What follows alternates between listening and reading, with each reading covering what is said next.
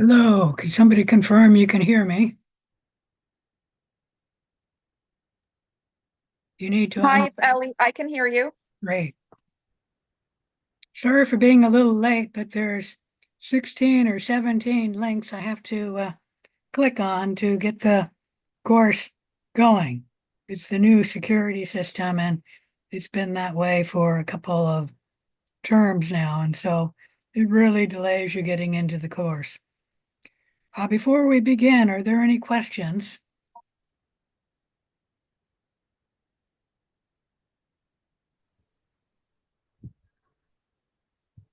All right, let me call up the syllabus.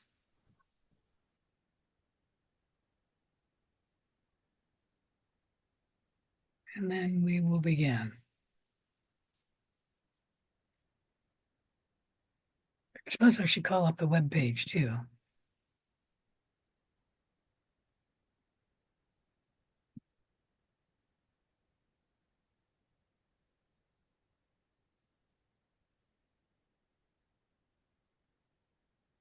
There we go, syllabus. Let me share my screen.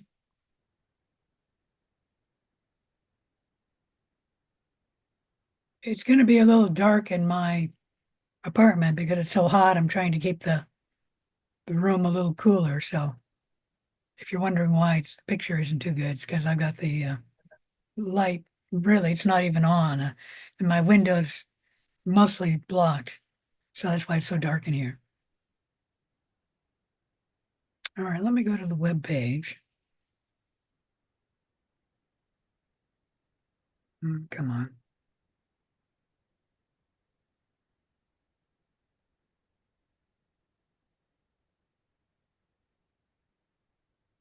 Oh, it goes down. Those are links you have to hook on to get to the class. All right, let's go here. I don't need that one anymore either. All right, you're looking at the class. Um, this is my main web page, and in it, it has the lecture and lab schedule by weeks. At the very start, there's some general course information. You should read that first information. There's the syllabus. We'll talk about that in a little bit. If ever you have trouble with the website or with an assignment or something, you should click on this student and technical help. If you contact me, I'm not going to really be able to help you with the computer help. But this has links for contacting the ITS or the Computer Help Center, putting in an IT ticket and then the IT website right there.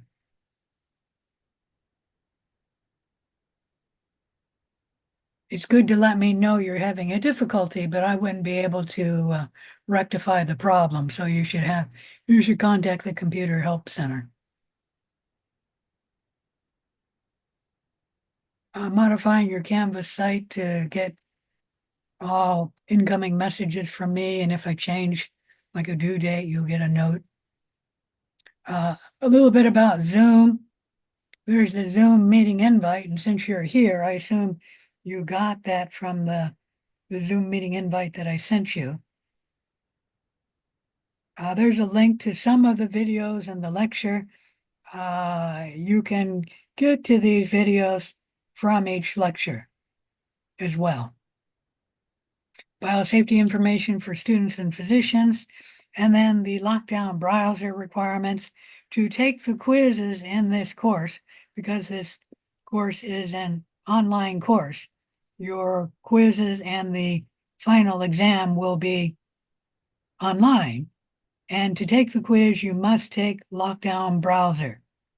It is a specific browser, and will lock you into the quiz until you submit it. And if you take the quiz, you must take this. So you must download Lockdown Browser, and here there's some requirements. You should do that before the first quiz. You should do it before the first practice quiz, in fact, and then you can practice using it. And then if you have problems, it's best to learn at the start and then contact the computer help desk to your problems. Usually what has to happen is the computer help desk needs to have you change one setting or maybe two on your computer to get the lockdown browser to work. And every other term, I have one student who needs to get assistance getting the lockdown browser up and running. I will tell you, I've had some students and all they did was they deleted the lockdown browser and then downloaded it again, and then they deleted it again. And there's one student who even did it 5 times. That doesn't work if your settings aren't correct. Now, for most students, it should work the first time. Like I said, one student every other term, it doesn't work. And you need to contact the computer help desk or the IT center for getting the settings changed on your computer. I've never had any student not get the lockdown browser to never work, except for one student, and she wasn't taking the advice I was giving her. So I have a feeling she never really took the advice that the computer help desk gave her either. So essentially everybody's gotten it to work, but you may need to contact the IT department to get it working. And you want to get them contacted early because if you take the first quiz and then find the lockdown browser doesn't work, if you take it after the computer help desk is closed, they're not going to get back to you until the next business day. And by that time, it may be too late to take the quiz.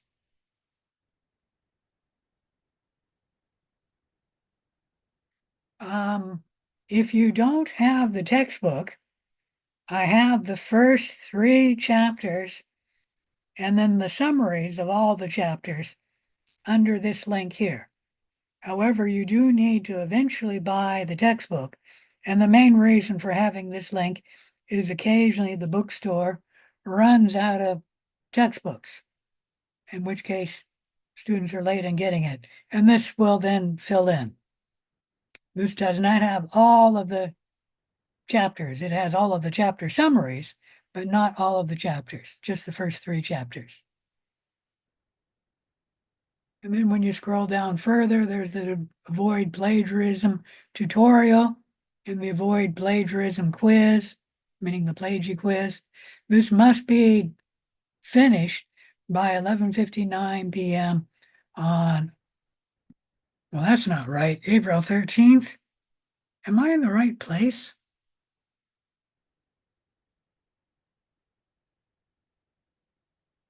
Oh, I'm surprised this worked. This is spring 2024.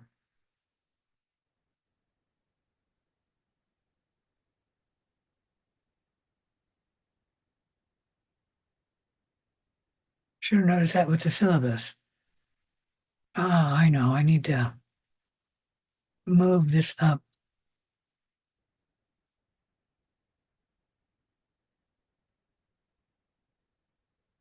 There we go. So the plagiarism tutorial and the plagiarism quiz must be finished by July 13th. That is this Saturday. This quiz will be worth 20 points, but you must score 100 on it, or else the 100-point lab project, which is the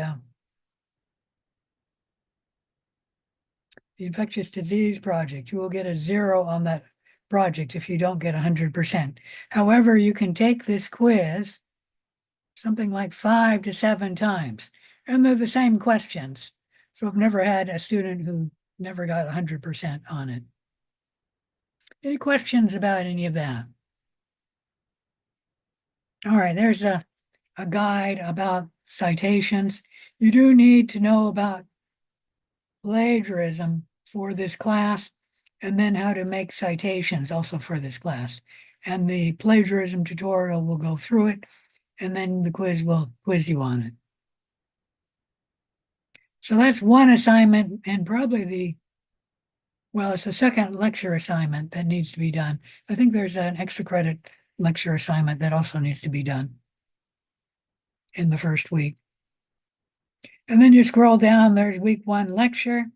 I've got an introduction and the course outline, and then the study guide for chapter 1. This is going to be a text-based information of the notes. It will not be a PowerPoint. It'll be text-based. After I'm done with chapter 1, I will make the slideshow available to you, but you're not going to get it until after we have finished the lesson. And the reason for making myself have more work is that I want you guys to take your own notes, because students learn best when they take notes, and then they learn best from their own notes. So please take notes, and I don't want you just printing out my slideshow. Any question about any of that? Now, why I want you to take notes is because if you take notes, you will double your recall of the information that we've gone over. If you just listen to the information I'm going to present today and throughout the term, you will only retain 10% of that information. If you take notes as well as listen, then you'll retain 20% of that information. Now, 20% is obviously not good enough. And to actually learn the material, how many times will you need to go over the material? Anyone have a guess? They've done studies on this, and for some reason, all the studies are done with middle school students. But if you think about it, if somebody's trying to learn a piece that they're playing on the piano or the guitar, or they're an Olympic athlete and they're trying to learn a new routine, how many times do they have to repeat it before they learn how to do it?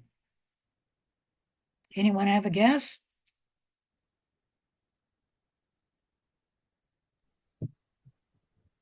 Is it 5 times? Oh, no, more than that.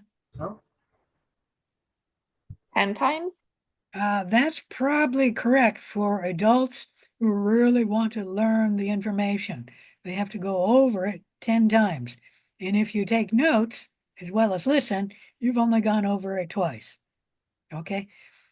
But for middle school students, it was found that on average, they have to go over the material 20 times before they learn it. Now, you're an adult, and if you want to learn this material, you will have to go over it at least 10 times. And so you should go over your notes throughout the term, and certainly before any quiz or the final. Any question about any of that? All right, there's the first lecture assignment.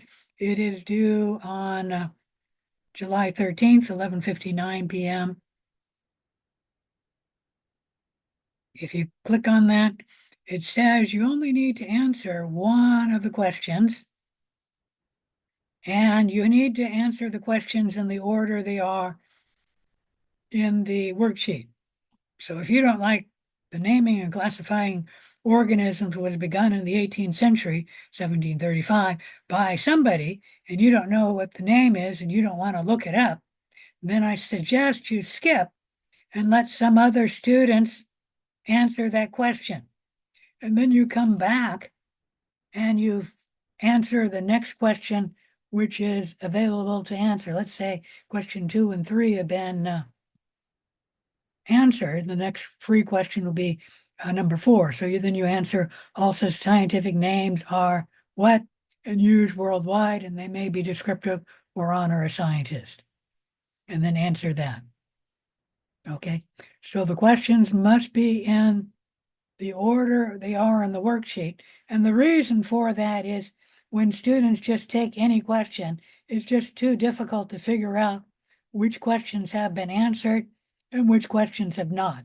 So you do have to answer the questions in the order they are in the worksheet. And if you don't like that question, just close it down and then come back later and answer the next available question. Any question about that? So all you need to do is answer one question. Somebody's already answered some of them. And I should try and get a few more questions in there because it looks like there's only 13 here. And we've got about 20 students in the class. I meant to log in and check and see how many students are logged into the class. Let me ask, there was a student who wanted to add the class.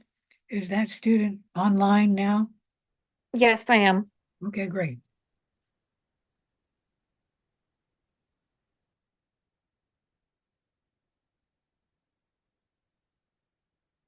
Yeah, I'll try and get some more questions in here. Anyways, you only need to answer one question and then you can get the other answers from other student answers. If all of the questions are answered, try and answer a question you think is mistaken. If all the questions are correct, then you may just start all over again with question number 1. Like I said, I'll try and add 7 more questions to this.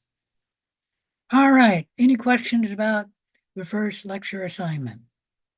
That's going to be covering lecture 1. And then we have an extra credit picture. You can submit a picture. No one will ever see it except for me. I'll put it in my grade book. I found that the best way for me to learn your names, and I want to learn them, is to see your smiling face when I'm inserting grades into my grade book. So I'll put this picture next to your name in the grade book, and it really helps me learn your names. And that must be submitted by July 20th. I believe that's the second Saturday.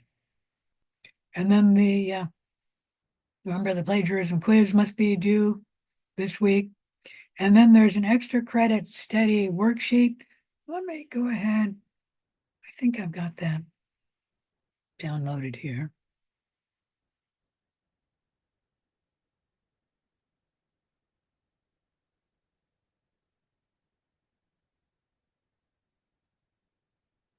I must have deleted it. Oops, that's the wrong place. There it is. So what this is I'm asking you to, on tab 1, put in your daily schedule. Okay? So you get up at 7 a.m., you eat, get dressed, whatever, and then you leave the house at 8 a.m. and you drive to work. I don't know what time you enter work. Let's just say you're driving for 10 minutes, and so you say 8 a.m. work, and then you go work till 5. And then you drive home. At 6 p.m. you get home, you make dinner, and then at I don't know, 7 p.m. you relax from 7 to 8. From 8 to 10 you put down that you're studying, and then at 10 or 10:30 you go to bed. Okay, you don't need to have detailed information about this. Like if you're spending time with your family, all you need to do is put family time. Okay, but I do need your daily schedule on tab 1. And then on tab 2, put your study schedule for microbiology, and it's called log 1. And just put that there. You get 3.5 points for your daily schedule. Maybe it's 3 points.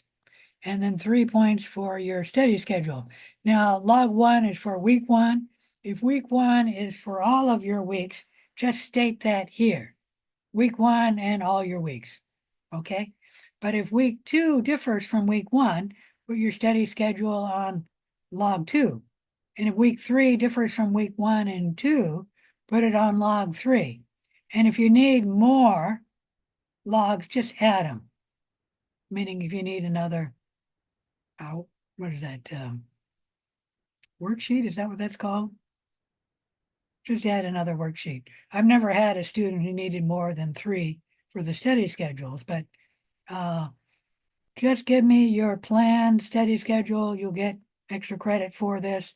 It's just sort of getting you to think about your daily schedule and then when you're going to study. You'll get the points regardless. And the only comment I'll make is if you are studying for fewer hours than is recommended for this class, I'll make a comment about that. Okay, but beyond that, you won't get anything. So most of you will get no comments on this. You'll just get the points. If you only turn in your daily schedule, you only get 3 points. If you only turn in your study schedule, you only get 3 points. For 6 points, you do need 2 worksheets turned in. Any question about any of that?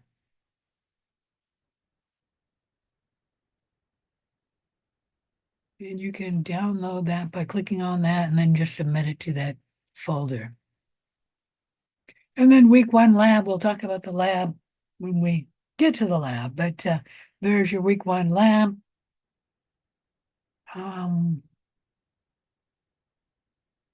We'll talk about module safety today. And then on Thursday, we'll talk about the ubiquity of microorganisms. These 2 lab assignments are due on Friday at 8 a.m. It needs to be Friday at 8 a.m. because sometime on Friday, I don't remember when, it might be noon or it might be 5 p.m. I need to turn in the students who are attending the class. And this is the only time I will really take attendance. So if you do not submit the assignment by 8 a.m. on Friday, I will drop you from the class. Any questions about any of that? All right, we'll talk a little bit more about that when we talk about the lab.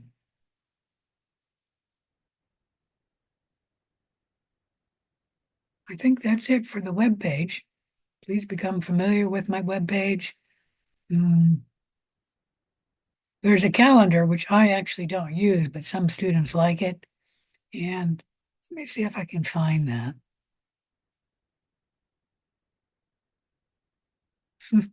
I can't even find it. Can anyone help me where the calendar, a link to the calendar is? Let's go to the dashboard.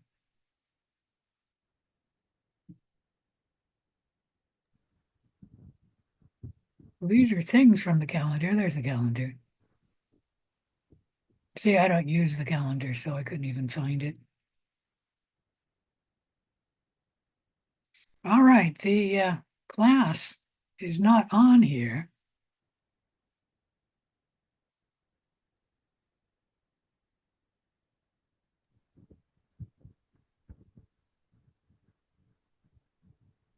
Well, that might be a link for the course. I'm not sure. But you can get into this class from logging into Zoom, www.zoom.com.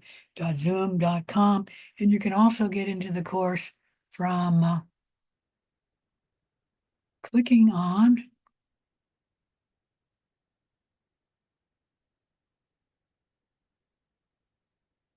Zoom. Oh, come on.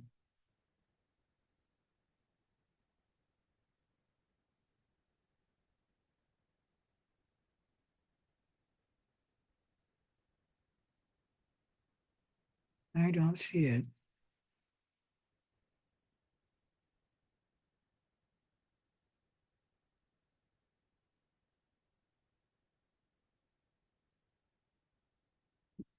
Well, that's weird. That's how I got into the class, so I'm not sure why it's not showing now.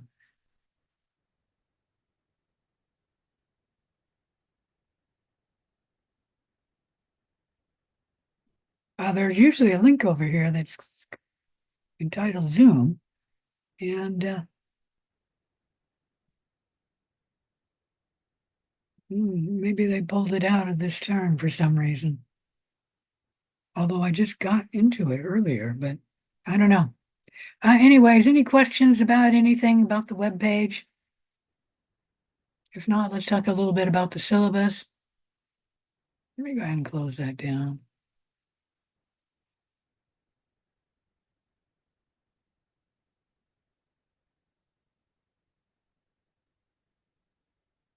Scroll that up.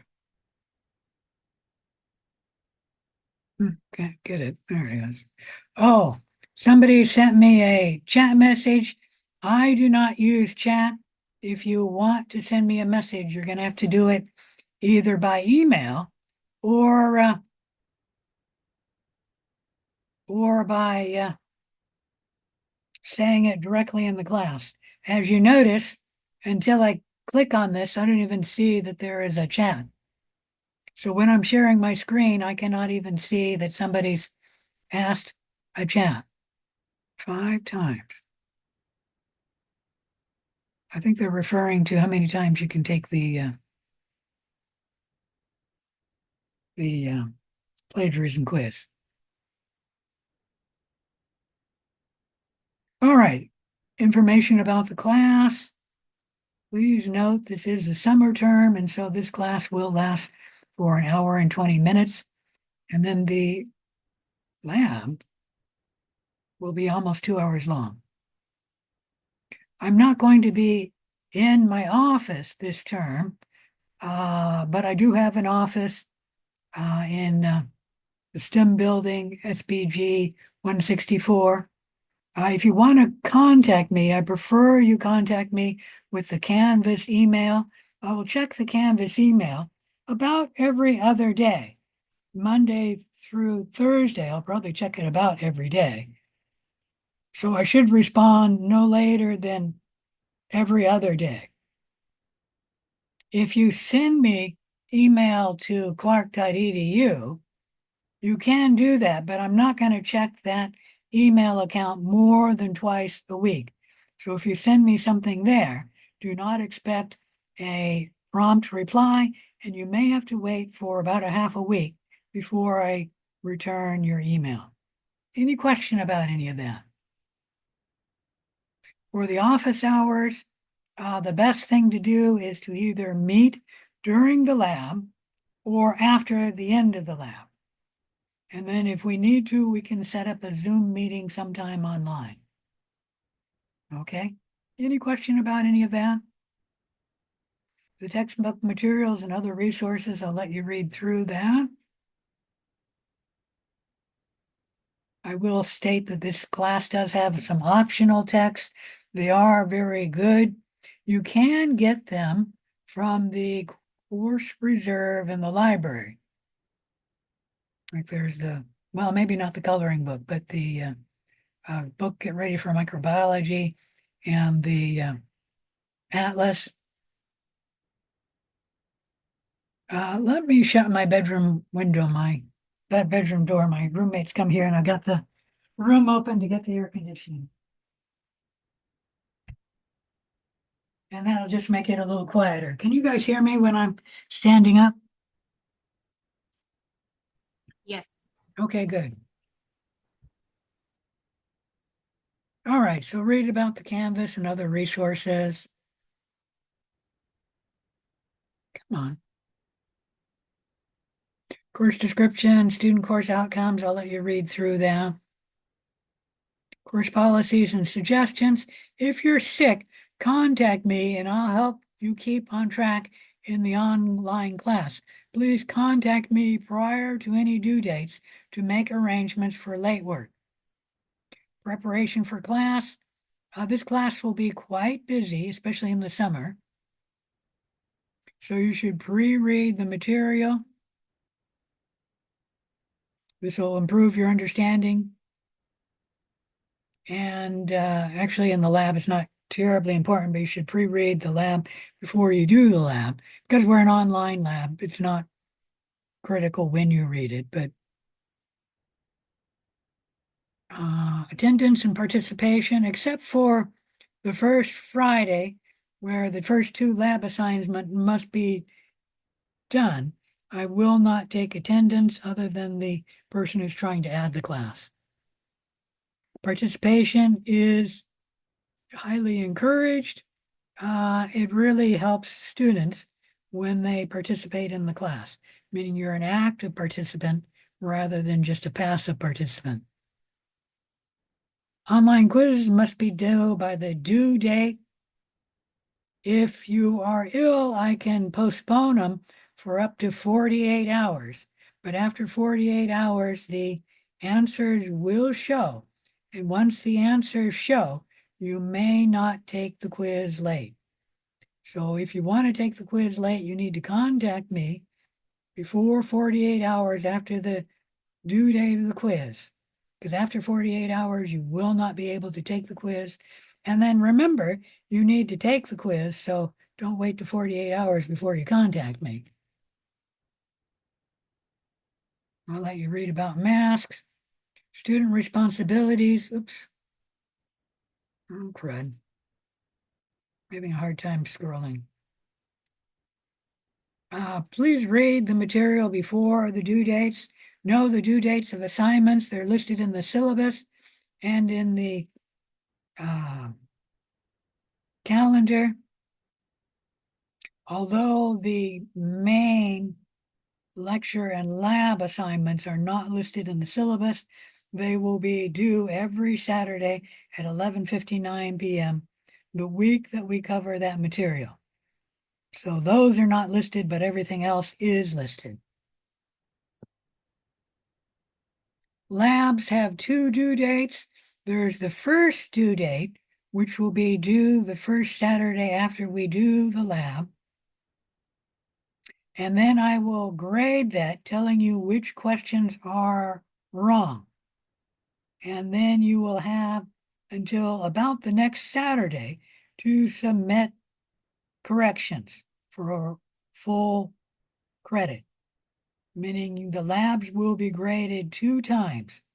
And so if you don't get 100% on the first grading, you can submit it again for the second grading, and you can get 100% on the second grading. And I'll tell you what questions are wrong too. Any question about any of that? Now, I won't give you the correct answers until after the second grading. If you miss a class, it's your responsibility to find out what you missed. Keep all papers until the final grade is given, at least the final grade in Canvas. And then if there's a disagreement, you've got the material to back up your statements. You must abide by the student code of conduct, especially as it applies to academic honesty. Cheating and plagiarism is not allowed in this class. If you cheat or you plagiarize, you will probably get a 0 for that assignment. Lab safety rules must be followed, although we're going to be an online lab, so you just need to know the lab safety rules. You won't really need to practice them because all of our labs will be online. All interactions, including student to student, student to instructor, and instructor to student, should be cordial, businesslike, and professional. This includes all communications, emails. Everything should be phrased in a positive, non-confrontational, and non-offensive language. We all must respect each other, even if we strongly disagree. Any questions about any of that? Whoops. I don't know why I'm having difficulty scrolling today. And there's the instructor responsibilities. I'll try to respond to all Canvas emails within 48 hours, all clark.edu emails within about a half a week. I'll try to have all assignments graded within 1 week of the due date. Note that you have 2 big lab assignments that will take me longer than a week to get them graded. That would be the infectious disease project and the unknown report. So those may take longer just because they're such a big project. And then we're talking about the first grading of the lab. The second grading of the lab will happen whenever I have time. I may be very late in grading the second grading of the lab because the first grading of the lab will get priority. And since we'll be doing a lab about every week, sometimes we'll be doing 2 labs in a week, The first grading of the lab will take priority, and then the second grading of the lab will get, what's the word I'm trying to say? I'll put it in a line to be queued, meaning I'll get to it when I get to it. Fourth, withdrawal. Hopefully none of you will need to withdraw, but events may make this necessary. Follow the withdrawal policies from Clark website, like when to find out when the last day to drop or withdraw is. I don't know when the last day to withdraw is, especially since it's summer term, but the last day to drop is this Friday. And I'm sorry, I don't know the exact time. It might be noon, it might be 5 p.m., I don't remember. And they changed it, which is why I don't remember. If you're thinking about withdrawing from the course, try and make your mind up by Friday so that you can drop. Because if you drop the course, you won't have to pay anything. After Friday, if you withdraw from the course, you will have to pay for the course. Any question about any of that? And please, students must withdraw themselves. I cannot withdraw you other than if you're not attending, I can drop you within the first Friday. But if you just simply don't show up, then you'll get the grade you earned up to that point, and that'll probably be an F grade.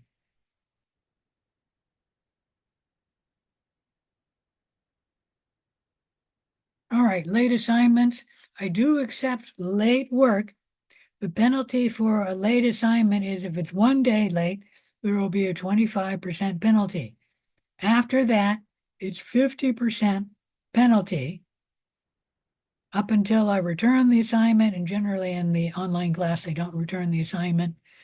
But I do not accept late work during finals week, which, because we're in the summer term, the finals week is actually the last week of the term, which obviously I'll accept week until I guess about the final. But after the final, I don't accept late work.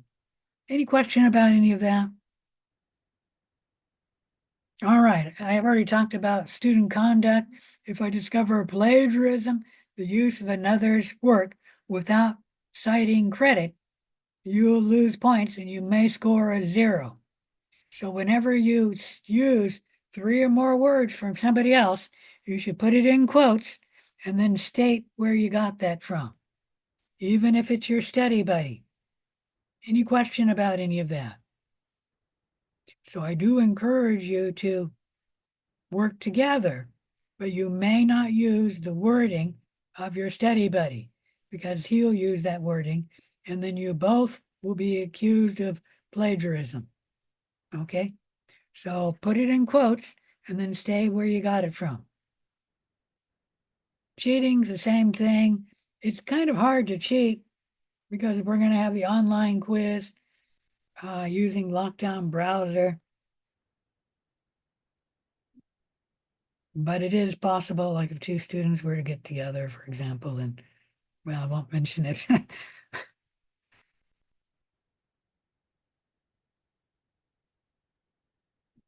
Like I said, cheating and plagiarism is not allowed. You may be referred to the Dean of Student Affairs for further disciplinary action, and you will get a 0 on that assignment. Etiquette for Zoom, you should be respectful. You should mute your microphone. I have it so that when you log in, your microphone is then muted. So if you want to talk, you need to unmute your microphone. And then when you're done talking, mute it again. This is summer, so we probably won't have a college-wide information, but there's a link. I'll let you read about translation services, suggested study methods. This class is going to be very challenging because of all the new vocabulary and the new concepts. And then we're going to have several assignments due at the same time, especially in the summer. If you don't know, the summer term is truncated from 10 weeks into, I think it's 8 weeks. And then there is no finals week afterwards. The final is in the last week of the 8 weeks. So to spend sufficient time in this class for the average student, and that's most students, you'll need to spend 2 hours of time studying and working on the class outside of each hour of time you spend in the class. And that means you will be spending about 7 hours per week in the class, and then you'll spend about 14 hours per week working on the class outside of the Zoom meetings. If you don't have the time to spend for this class, you might consider dropping this class and then taking the class when you have more time to spend for the class. Now, obviously, sufficient time is an individual matter, but this is for most students. And actually, in the summertime, you may need to spend more time studying because, like I said, we're truncated into 8 weeks. You can read about Clark requiring comprehension. You can also read about finding out what kind of learner you are by taking the VARC questionnaire, and then use that in your studying. Here's a list of suggestions to help you study effectively. Take on manageable chunks of material, only a section of a chapter or one point in the study guide at a time, unless you're brilliant. Trying to learn too much at once can be counterproductive. Use concept mapping to help you study. Be organized. You're going to have several concurrent assignments, and you may feel lost without proper organization. Use the first 10 or 15 minutes before class to skim the previous class notes and then look over the upcoming class guide. This will help you remember where we left off and get you in the proper mindset for the class. Come to class. Sounds simple, but many instructors, including yours, have noted a strong correlation between attendance and grades. Obviously, quizzes will be on material covered in the lecture. Listen in class. It sounds stupid, but many of you maybe just tune me out, take your notes, or so busy writing detailed notes that you're not actually listening. What you should do is take sketchy notes and then go over them within 24 hours to fill in the details. You need to go over them within 24 hours so that your short-term memory you can recall and then add in the details. After 24 hours, you will no longer have short-term memory and you will not be able to fill in the detail. Another reason for doing this is that will allow you to review the material one more time. And so if you're listening and taking notes, and then you're going over your notes to add material, that means you'll be going over the material 3 times, which isn't 10 times, but it's getting close. Well, at least a third of the way, about a third of the way. Try active strategies like forming a study group, quizzing your study partners, writing mock exam questions. One of the best ways to learn is actually to teach. And if you do this, get together with someone in the class and go over the material, you will get an extra credit point. Let me show that to you. I don't think I went over that. See if I have that class still. It's probably in week 2, maybe week 1.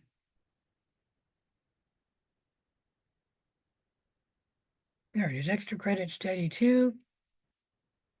There's a few steps you need to go through. You need to study with somebody, and you guys need to quiz each other. Oh, this is the old one. I'll have to update that. You should study for 45 minutes. And yeah, I know that says a half an hour. I've increased it to 45 minutes. Make that 3/4 of an hour.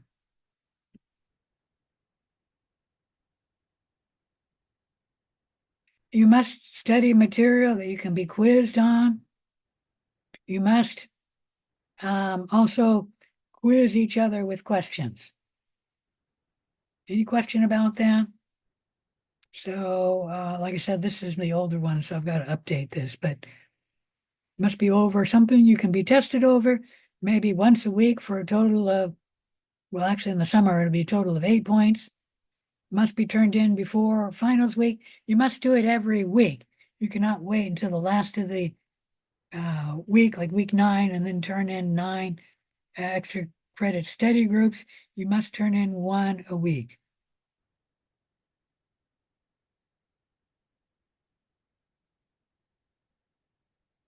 So turn in the full names of everyone in your study group. Tell me what you studied. I record it by the week you did the studying. So give me the date you studied. I see I need to change this here too. Oh, fudge, where is that?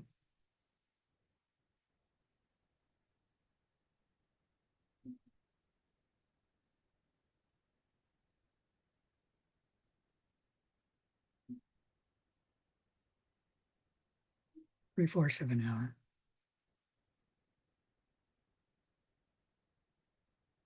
Oh.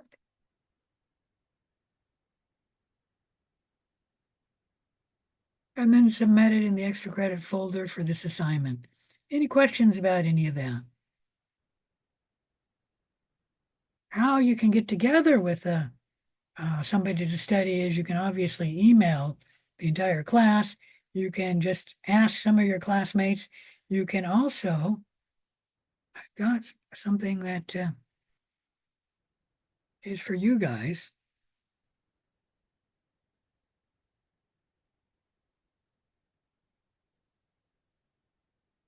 Student discussion.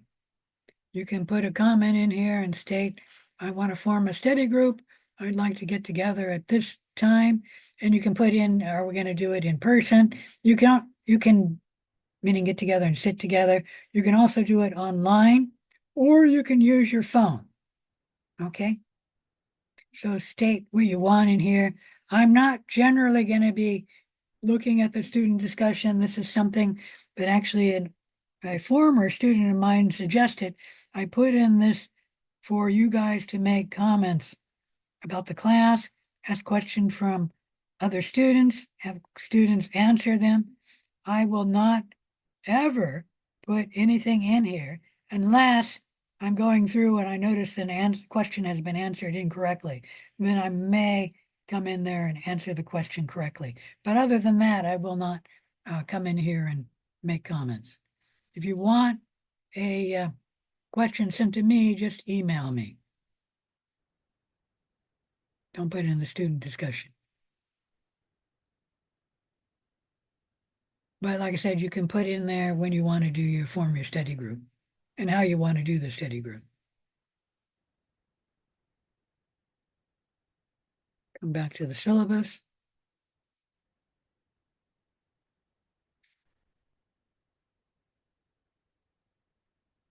All right, let's talk about the grading. The plagiarism quiz will be worth 20 points. Remember, if you don't get 100%, you will get 0 on your infectious disease research project, and that project is worth 100 points. There are 5 quizzes at 75 points each, but the lowest quiz will be dropped. So the quizzes will be only worth 300 points. You do need to take Respondus Lockdown Browser for the quizzes. The exception would be the Final A, which is a short answer essay questions. And that doesn't use Respondus Lockdown Browser. But all the other quizzes and then Final B do. So the quizzes will be worth 300 points. The worksheets in the lab, there will be about 1 for each lab for a total of 50 points. There will be about 1 lecture worksheet for each lecture for a total of 25 points. So each of these assignments will be worth 2.5 points. Each of the worksheets for the lab about 5 points. Notice how I said about. The unknown project will be worth 75 points. That is a lab project. The infectious disease project will be a lab project worth 100 points. The cumulative final exam will be 150 points.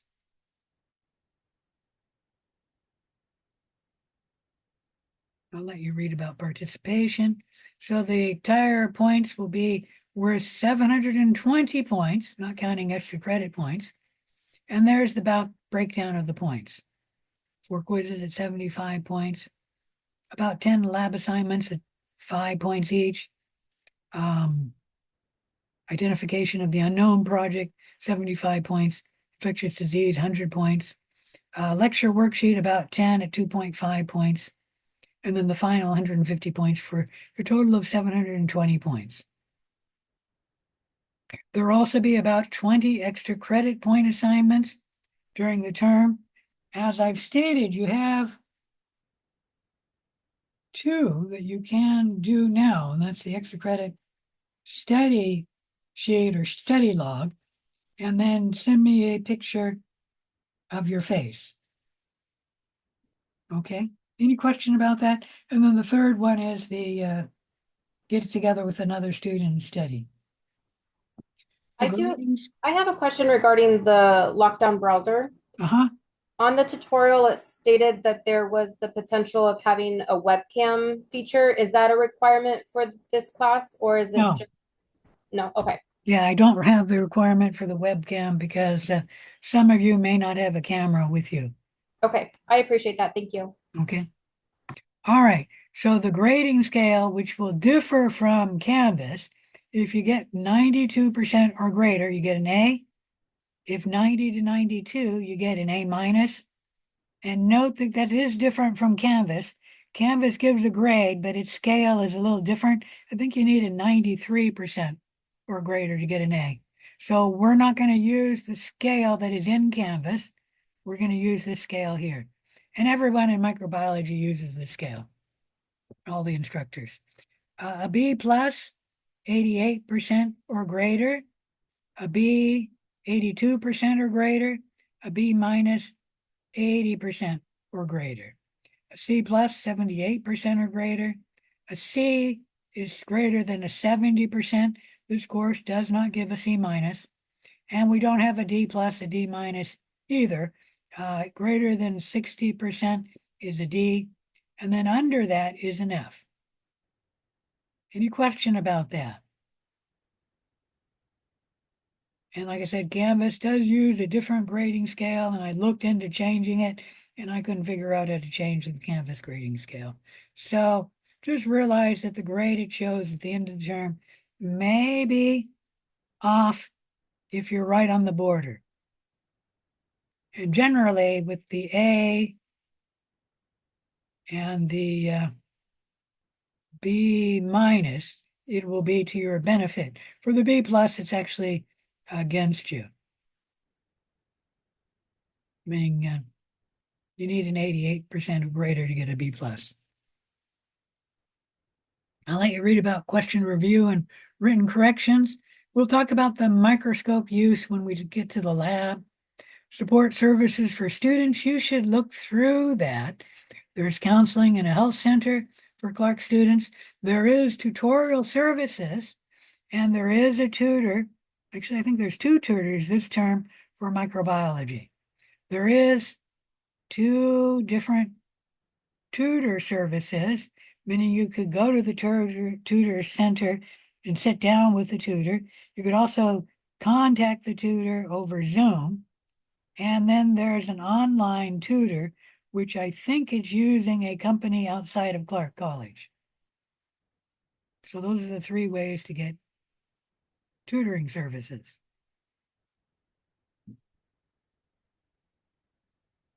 I'll let you read about accommodations. I'll let you read about the Canal Library, campus computer resources, and then the safety and security. Any question about any of that? All right, you should look at other services for student, like Clark College has help with food, housing, and financial challenges. Penguin Pantry, they actually give out food to students. Enrollment dates and deadlines. Let me check to make sure this works in the summer. Oop. Oh, crud. Come on. There we go. Oh, that didn't work. It looks like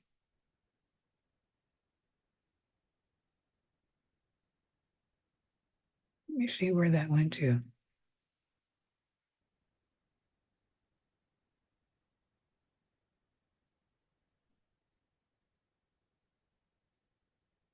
Let me try that in another way.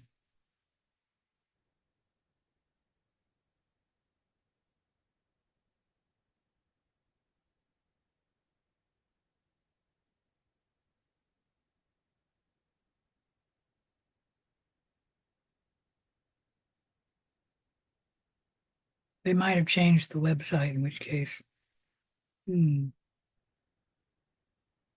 Is that it? No, I don't know where it went to.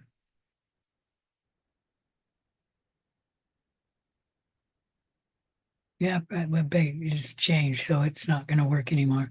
I'll try and update that. Let me make a note of that.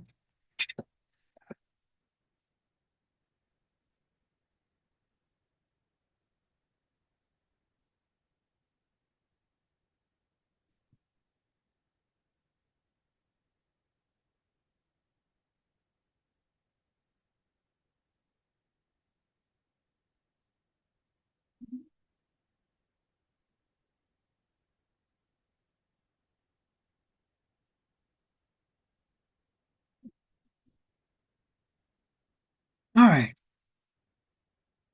Um, Someplace you can go and get the calendar of information on Clark College. And I'm not going to try and look for that now, but I'll try and get that link updated. One Stop Assistance, Virtual Support Center, and show me videos. Let you read about that. Let you read about reasonable accommodations, use of camera for Zoom. Turning on your camera during Zoom is not a requirement of this course. And translational services, I'll let you read about non-discrimination. I'll let you read about that. School emergency procedures, I don't expect, because we're in the summer, that we will ever close down. But generally, because this class is online, even if Clark College were to close, I would probably continue having the class. Safety information for students and physicians. We'll talk a little bit more about that when we get to the lab. Words of advice and comfort. Sometimes it seems like your instructors are your enemies. It's true that we must maintain standards, so we cannot always accommodate you.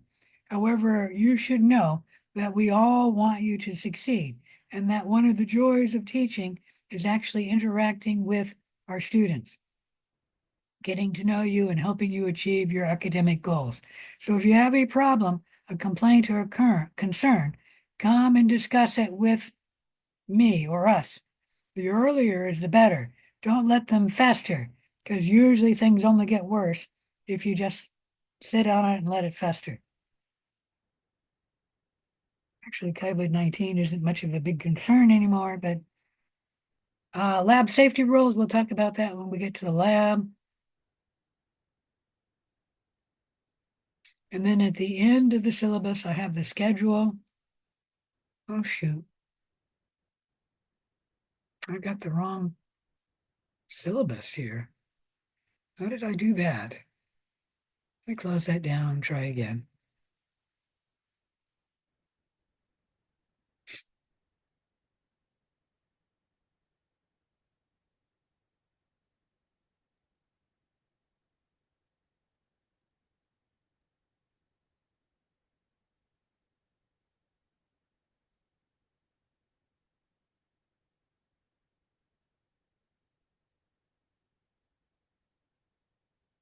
There we go.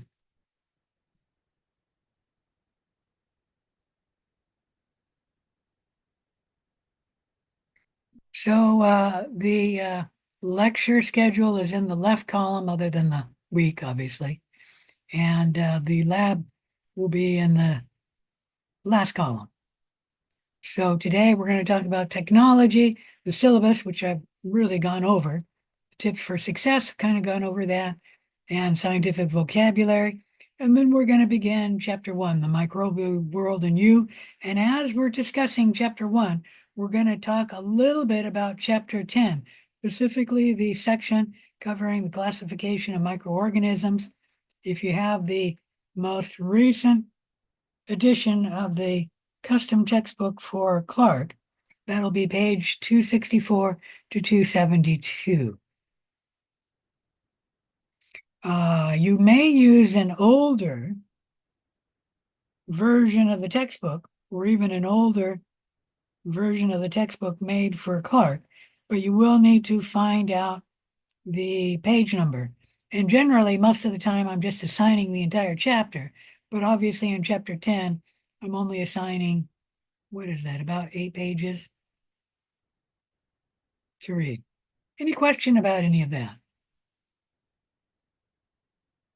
All right, so that'll be Tuesday and Thursday, and then I'll talk a little bit about the lab later today. If there's no further questions, I'm going to start talking about chapter 1.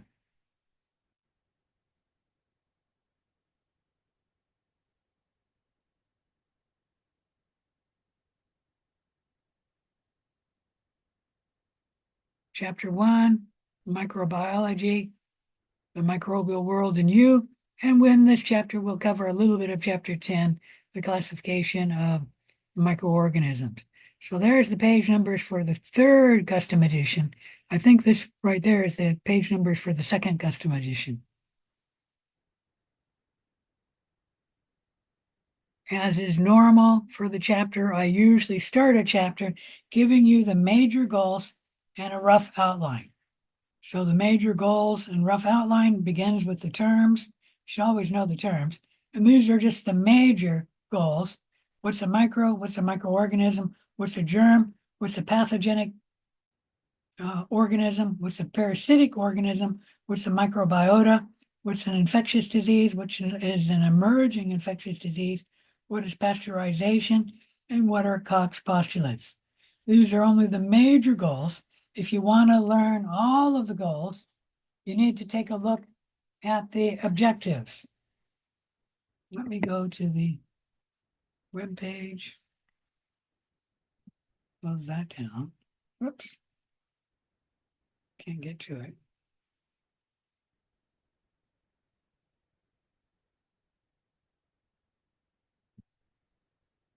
For most of the lessons, I have a study guide for the chapter. But in chapter 1, I've actually pulled off which study guide includes at the start the objectives and then the class notes.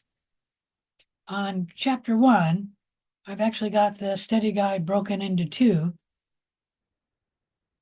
You know, that doesn't look like I've done it that way in the summer, which is odd. Yeah, it looks like I've got only a study guide in the summer. Which means I have the objective at the start, which are all of the goals, and you will be quizzed on the objectives. So you should know the objectives.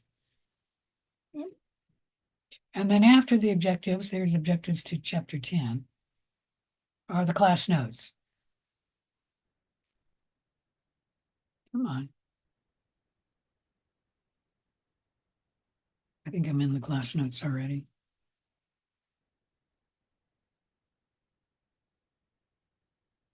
Yep, there it is, chapter 1 notes, the microbial world in you. Any question about any of that?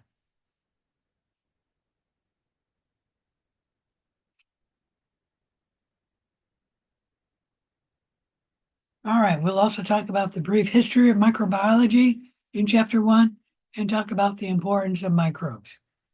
Any question about what we're doing? So let's begin talking about the importance of microbes. Here you are looking at the nitrogen cycle. Let me make a slideshow of this. And that's sort of covering it up. Let's bring that down here. So nitrogen cycle, we can say nitrogen is in the air. It can be fixed by bacteria and archaea into an organic chemical compound. That would be nitrogen gas, can be converted into like nitrogen and amino acids. Most of that will decompose when the bacteria and the archaea die and will decompose by bacteria, archaea, and fungi and be converted into mostly ammonia and ammonium. These two are essentially the same. Simply in the presence of water and ammonia, you can make ammonium. Green plants can actually use ammonia and ammonium, however, they don't like it. And if you give too much ammonia to a green plant, you will actually kill the green plant. The ammonia can be converted by bacteria and archaea into nitrite, that's NO2 with a negative charge, NH3 being ammonia. And then nitrite can be nitrified by bacteria into a nitrate, that's NO3 with a negative charge. Green plants love nitrate. And if you look at plant fertilizer, one of the main ingredients is nitrates.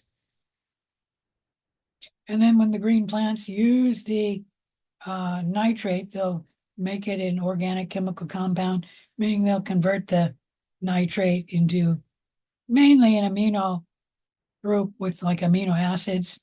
And then they will decompose by bacteria and fungi, which can be changed into nitrite by bacteria and archaea, which can be changed into nitrate by bacteria. And then nitrate can be converted by bacteria and archaea back into nitrogen in the atmosphere. And there we've just finished the nitrogen cycle. Any question about any of that? All right. So here we're looking at, wherever you see a red arrow, this step in the nitrogen cycle happens because of a microorganism. A microbe causes the fixation of bacteria and archaea. And if you'll notice, most of the steps in the nitrogen cycle are happening because of a microbe. Any question about any of that? All right. So this is telling you how important microbes are in the ecosystem. Without microbes, nitrogen would not recycle from one form in the Earth ecosystem to another form and then move around from one form to another. And it can be in different places, like this is usually the soil or the ocean water or the lake water, whatever. And then can be converted into atmospheric nitrogen. Any question about any of that? So the only reason why the nitrogen cycle happens is because microbes are making the nitrogen cycle happen. Let's talk a little bit about biogeochemistry. There are rock-eating microbes, where the microbes actually obtain their nutrients from rocks.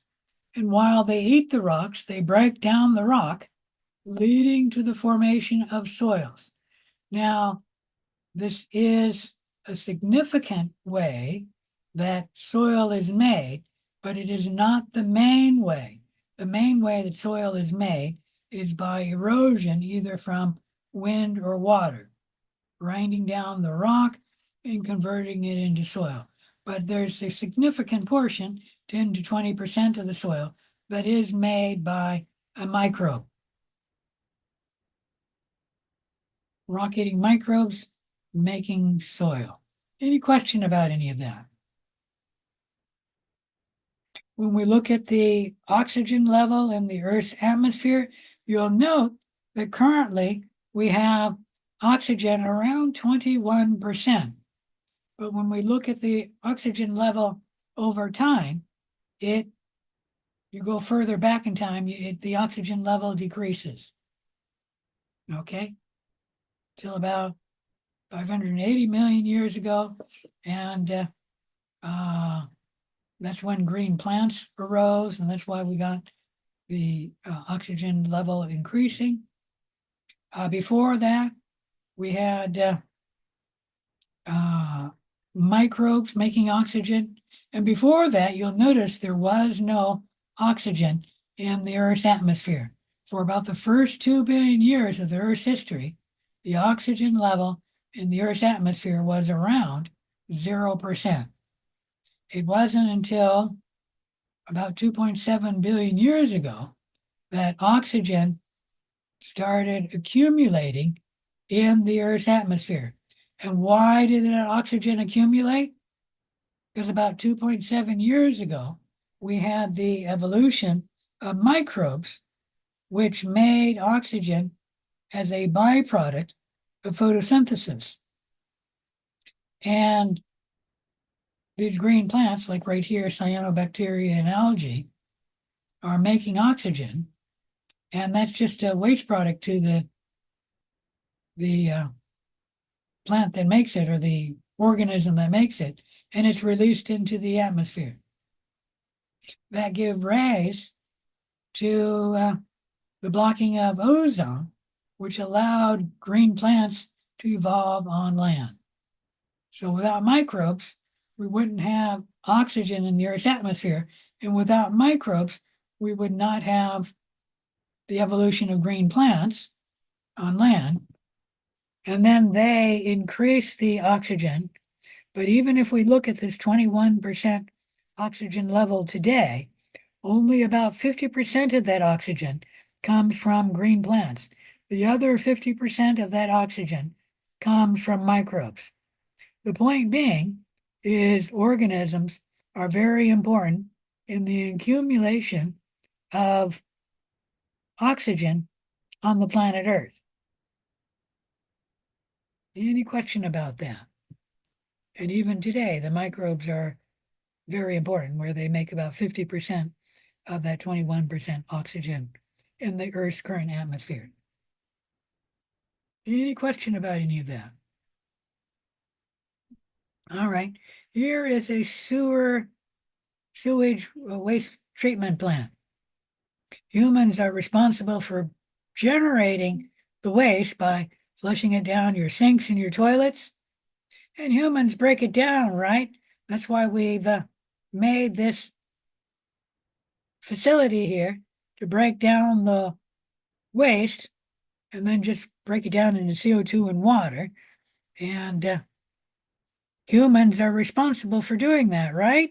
Anyone disagree?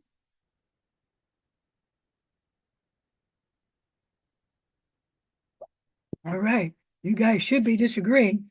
Humans make this pond here, or whatever you want to call that, but it's actually microbes which are breaking down the waste. And what we're doing is we're making the pond that encourages the microbes to grow, so the microbes will break down the waste. And the microbes are actually breaking down the waste, recycling the nutrients into minerals in the water, as well as breaking down the organic waste into CO2 and water, which will replenish the water in the Earth's atmosphere, as well as, I guess, CO2. Any question about any of that? All right, we've talked a little bit about microorganisms, and I've used the term microbe. These are organisms which are too small to be seen with the unaided eye. They are single-celled. They have many shapes and sizes. They include bacteria, archaea, also called archaebacteria. They include the yeast, the molds, the protozoans, some algae. If they're a microscopic algae, they are a microbe. But the kelp that washes up on the Oregon and Washington beaches is algae, but it's not microscopic. And then it also includes viruses and prions. The last two, viruses and prions, are special because these are not cellular organisms. I don't use the term microorganism to discuss viruses and prions, but some authors do, and those authors use the term microbe to mean the same as a microorganism. Viruses and prions are not organisms because they don't have cells. And so I won't call them a microorganism, but I will call them a microbe. So the way I use the term, you have to be an organism before I call it a microorganism. And viruses and prions do not have cells, so they are not an organism. Any question about it, any of that? All right. Like I said, viruses and prions are special. They're not cellular organisms. Microbes are almost everywhere. Wherever you look on the planet Earth, you can almost always find microbes. So we can say that there is a ubiquity of microorganisms on the planet Earth. They play beneficial roles in numerous processes, and numerically, they are the most abundant form of life on the planet Earth. Many more microbes than there are animals or even eukaryotes. Any question about any of that? All right, I briefly talked about a cell. Let's talk a little bit more about a cell. A cell is the basic structural and functional unit of all organisms. And an organism, by this term, needs to have a cell. A cell is a highly organized compartment bounded by a thin, flexible structure that we call the plasma membrane. All cells contain three components: plasma membrane, cytoplasm, and DNA. So all cells have those three components. And a virus doesn't have a cell, doesn't have a plasma membrane. It may have DNA, but not all viruses have DNA. And it does not have cytoplasm. Any question about any of that? So here we're looking at some bacterial cells.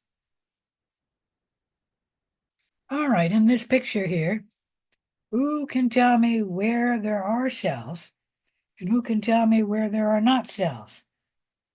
Like in the water here and on the plants and on the soil there, are there cells in each gram or each centimeter? Are there cells? It's a yes or no question, people. Yes. Yes. All right, how about in the ocean water? Are we going to find cells in each gram of ocean water? Yes. Yes. How about in the air above the ocean water? Will we find cells Yes. in the air above the ocean? I don't know. Actually, you can find in each gram, which would be, I guess, a cubic centimeter of air, you can find microbes drifting or blowing in the wind. And you can find those microbes up in the air for about a mile. After a mile, you will not find the microbes, but up to a mile in the air, you can find microbes. Any question about any of that? All right, how about, obviously there's going to be microbes in the plants here, and I've already talked about the air. How about in the soil? Can you find yes. microbes in the soil? Yes. Yes, you can find microbes in the soil down about a mile. So a mile up in the air and a mile down in the soil. Now, obviously, that's not including bedrock. I'm talking about soil. Okay, you can find dig down a mile and you can find soil. That's true also underneath the ocean surface, meaning the bottom of the ocean, underneath the water, where the ocean soil is, or the ocean debris, whatever you call that. I don't remember, sediment. You can go down about a mile in the sediment and still find microbes. How about on the cat and the person? You're going to find microbes? Yes. Yes, Yes. loaded with microbes. How about in the desert sands of Sahara, where you find microbes in 1 gram of desert sand? Yes. Yes, you do, as well as the desert air.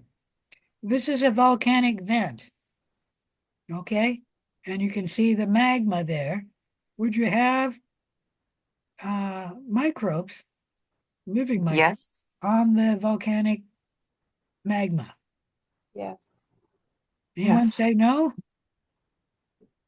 This would be too hot for an organism to survive. You can have the area around the volcanic vent, maybe even the, I don't know, cliff or the side of the volcanic vent will have microbes, but the magma itself will be too hot for any microbe to survive. So that would be the one place on the planet Earth you would not find microbes. Any question about any of that? And to my knowledge, it's the only place too that I guess you could have like under a UV lamp, you might not have microbes. And that would be a highly unusual environment,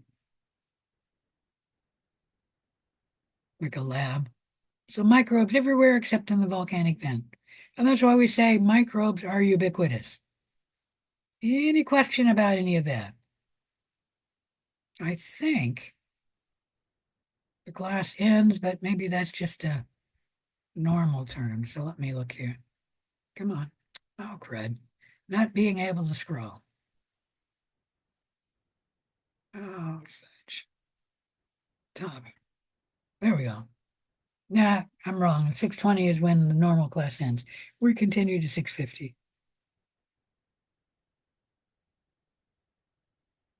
So I stated that microbes are essentially everywhere.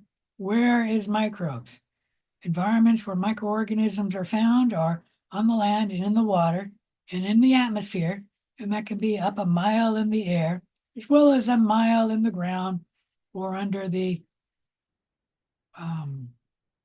bottom of the ocean, assuming you're not running into rock. You can find it subsurface on land and in the ocean, on plants and animals. Essentially, anywhere where liquid water is present, we will have microbes living. And that will be from temperatures between a minus 20 degrees Celsius to about 120 degrees Celsius. Note that boiling water at standard atmospheric pressure and whatever temperature and pressure will be 100 degrees Celsius is when water will boil. But we can find microbes in the Marianas Trench, the deepest part on the planet Earth. And underneath all of that water, there will be so much pressure on the water that the water doesn't boil at 100 degrees. The water will need to go to about 120 degrees Celsius before the water would begin to boil. And in this temperature range, we can find microbes thriving and living. And that for Fahrenheit is a minus 4 degrees Fahrenheit up to 250 degrees Fahrenheit. Now, below a negative 20 degrees Celsius, we may have microbes, but they will be frozen and they will not be metabolically active if they are frozen. They may survive the freezing and the thawing. About 50% of bacteria can, but they won't be metabolically active below 20 degrees. And how they can survive it at minus 20 degrees is there's some microbes as well as plants that make antifreeze, and they can withstand temperatures and be metabolically active down to a negative 20 degrees Celsius. Any question about any of that? Microbes are numerically the most abundant life forms on the planet Earth. How many microorganisms are present? And we're talking about prokaryotic cells. We're not talking about viruses and prions.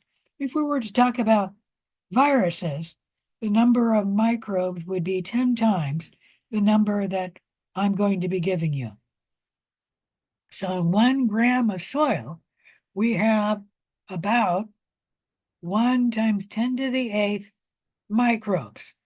Now, this will depend on how moist the soil is, how much organic matter is in the soil.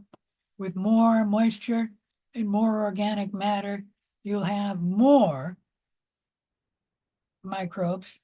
And then dry soils, like the soils of the desert, will have less microbes. And I guess the desert soil will also have less organic matter in it. Any question about any of that? All right, for 1 milliliter of ocean water, and that's about 1 gram of ocean water, will you have more or less microbes than you have in 1 gram of soil? Anyone want to take a guess? You have a 50-50 shot here. Less. Less? You're correct. The oceans are actually a desert ecosystem on the planet. And so they will have fewer microbes than most other regions of the planet, including normal soil. How about 1 gram of human feces? Will you have more or less microbes than in 1 gram of soil? Probably more. Yes, More. you do. Obviously, it will depend on how wet the feces is, but a normal feces will have more. And to be less, you'd have to have somebody defecating in the desert and then let the feces dry totally. And then you would actually have less than 10 to the eighth. But we're not going to talk about that because that's not a normal human feces. And actually, about 50% of the wet weight of a human feces is microbes. Any question about that? It's probably not a question I would ask you on a quiz, but it's just a trivial amount of information that when you poop, about 50% of that weight is actually microbes. On a human being, are there more than 10 to the eighth microbes? Anyone have a guess? Yes. Yes, a lot more. And on the entire Earth, obviously, there's a lot more. So here are the numbers. If 1 gram of ocean water has about 1 times 10 to the 6 microbes, like I said, the ocean is a desert. 1 gram of soil, normal soil with normal moisture and normal organic matter, about 1 times 10 to the eighth. Human feces, for fresh feces, meaning one fresh out of a patient, you're going to get about 1 times 10 to the 11th microbes per gram. And if you had a fecal matter that had been dried in the desert, and I'm talking about dried for several days, you'd have much less.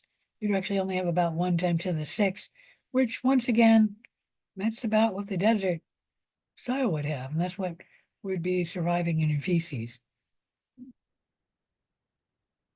A human has about 3.8 times 10 to the 13th microbes in and on each person.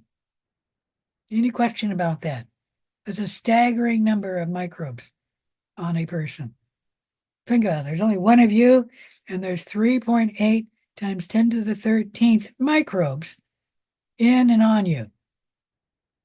The entire Earth, the human population is about 8 billion now. I think it's slightly below 8 billion. And the number of microbes on the entire Earth is around 1 nonillion. If you've never heard of a nonillion, it is a 1 followed by 30 zeros. Any question about that? And like I said, these are only referring to prokaryotic cells. If we were talking about the number of viruses on the planet Earth, it would be 10 nonillion, meaning 10 times this number. That should say viruses and other microbes. Any question about any of that? All right. We will talk a little bit about microorganisms and disease. People postulated that microbes may cause disease, and if a microbe can cause disease, we call it a pathogenic microbe. So a pathogenic microbe is a microbe which can cause disease. And normally in this class, we're only going to talk about human pathogens. So when I talk about a pathogenic microbe, I'm talking about a human pathogen. Any question about that? That does differ for some organisms, like Bartonella henselae is an organism that we find growing in and on cats, and it does not cause disease in cats. It does cause disease in people, and the disease is simply called cat scratch fever. Any question about any of that? All right, when we're talking about pathogenic microbes, you should come to realize that most microorganisms do not cause disease. Only a small percentage of microbes are pathogenic or disease causing. And we don't have the number here, but I'm going to say 2% or less. Okay? All other microbes do not cause disease. When we're talking about disease, it's important to talk about the difference between an infectious disease and an inherited disease. An infectious disease is a disease caused by a microbe. Can anyone give me an example of an infectious disease?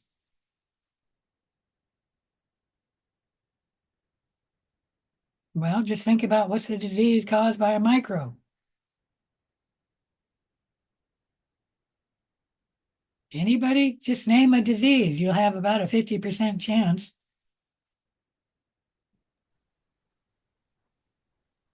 All Is right. COVID one of them?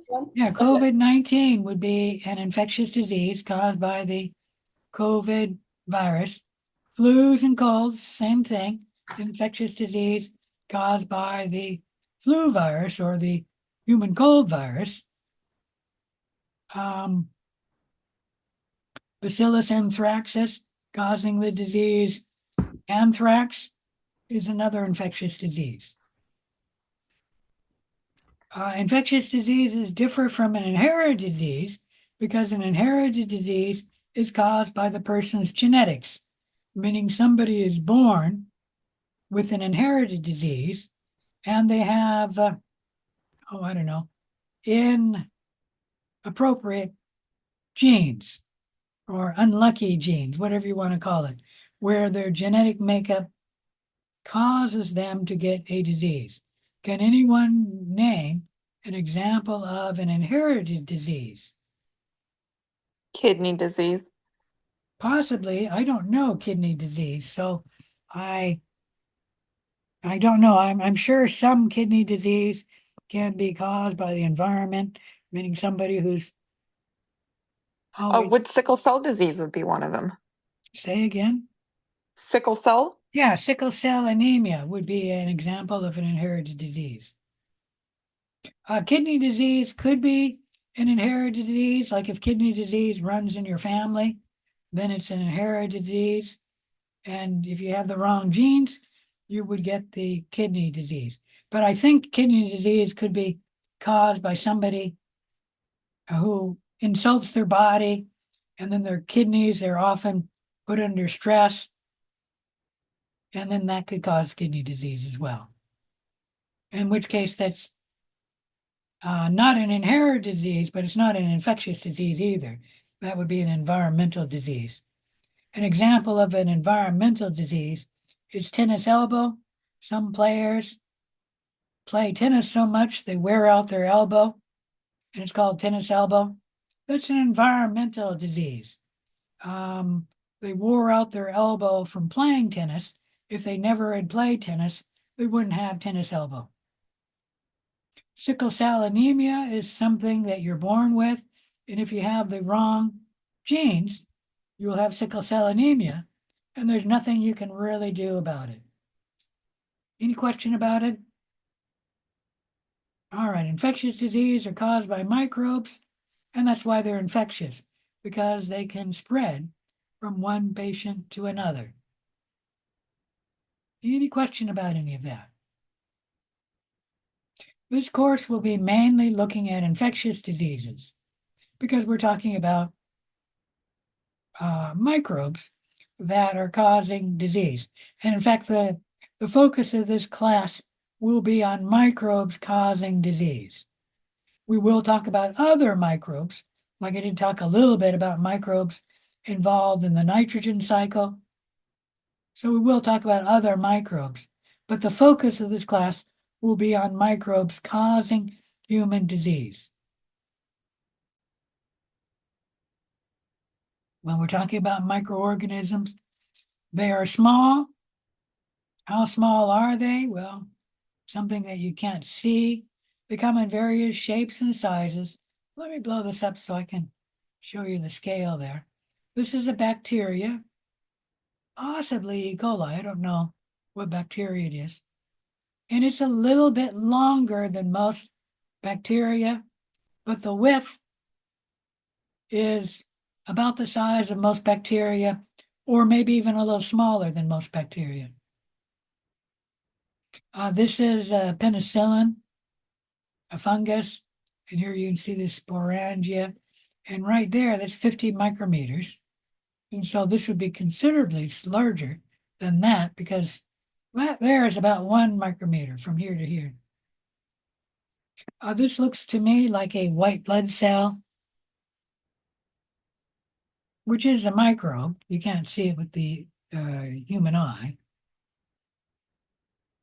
And this is a microbe, but you'll notice that this is a colonial microbe. And actually each dot here is a cell. And what this is a parent colony, a bunch of cells living in a colony, and it made babies, and there are 6 baby colonies. This colony will open up to release the babies, and then they'll float in the water, and they can swim too, and go someplace and form a colony. I guess they're already that, a baby colony, but they'll grow into a parent colony. Any question about any of that? And then here we're looking at CD4 lymphocyte. Let me see if I can scroll that over. Oop, didn't mean to do that. Get this up here. These red things are HIV coming out of a T lymphocyte. HIV is the virus. And this virus is really coming out of that cell. So that'll probably kill this cell.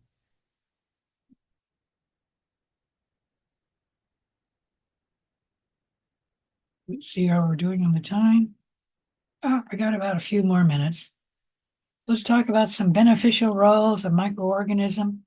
We mentioned that microbes decompose organic waste, and that's beneficial to us because otherwise we'd have all this organic waste just sitting someplace and it won't ever decompose and the nutrients will be tied up.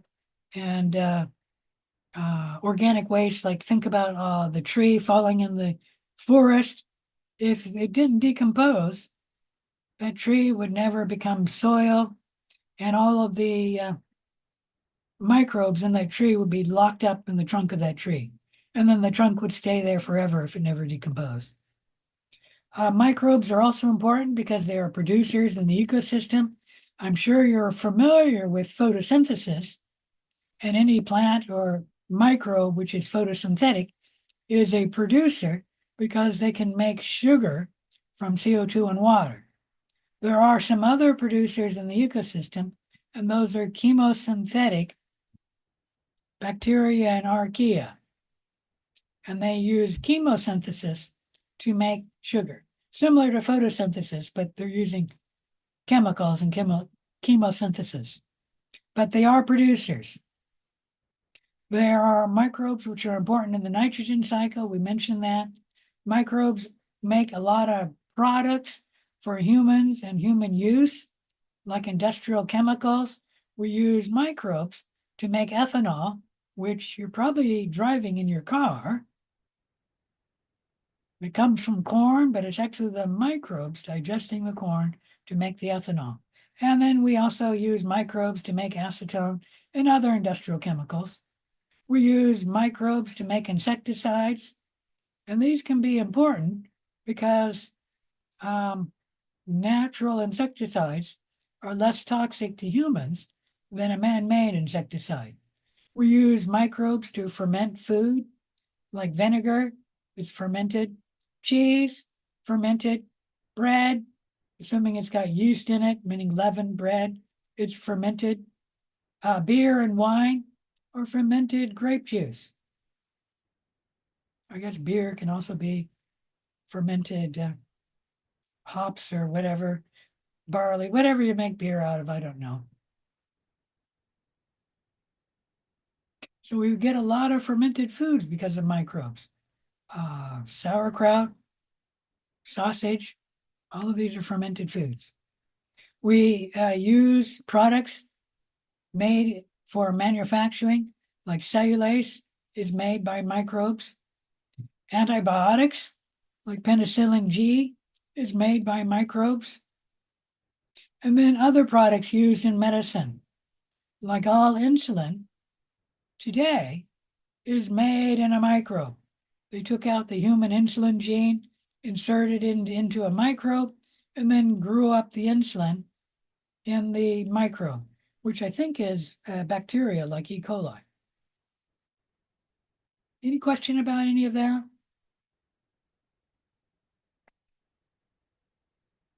All right. Microbes are actually important in genetic engineering. When we're talking about biotechnology, you should realize that it's using microbes and organisms to produce foods and products for human use.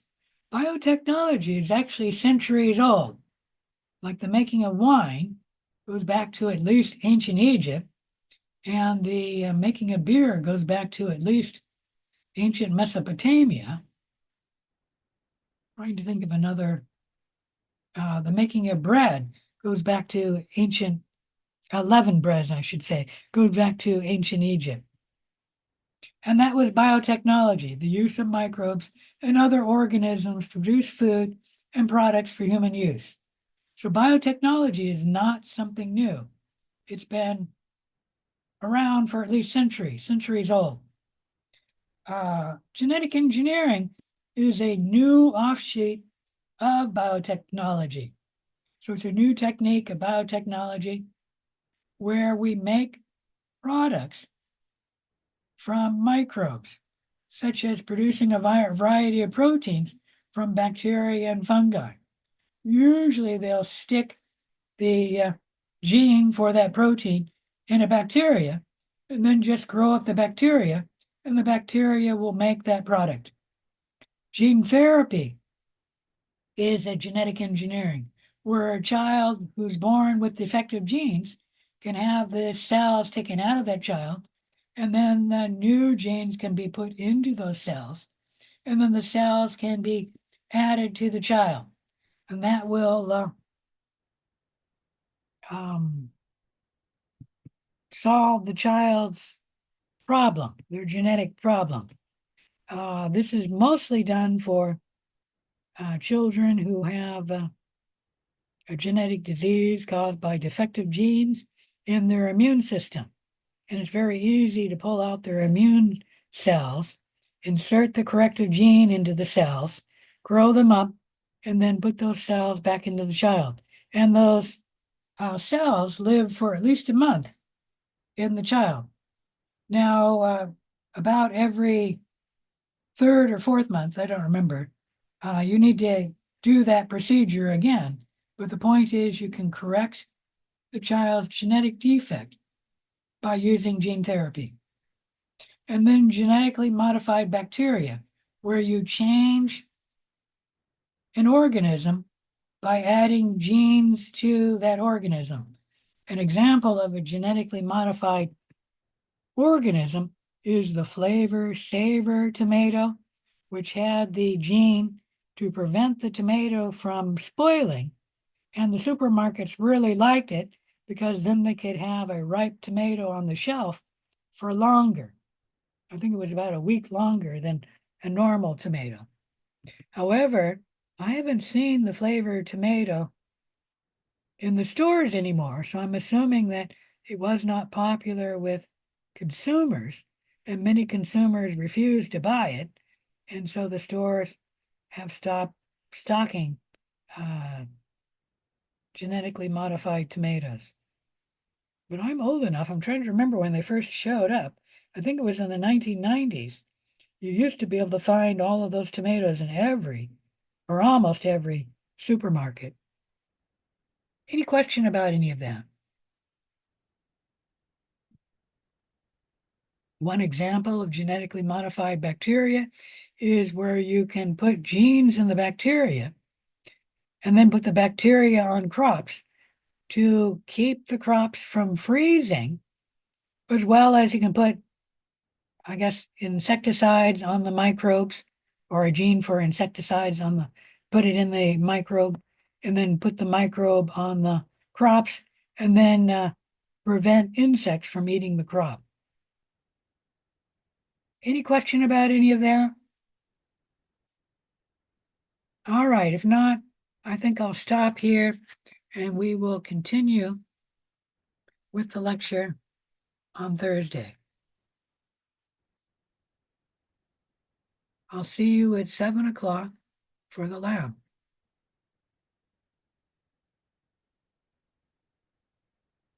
All right, if there's no questions, I'm gonna say goodbye. Come on.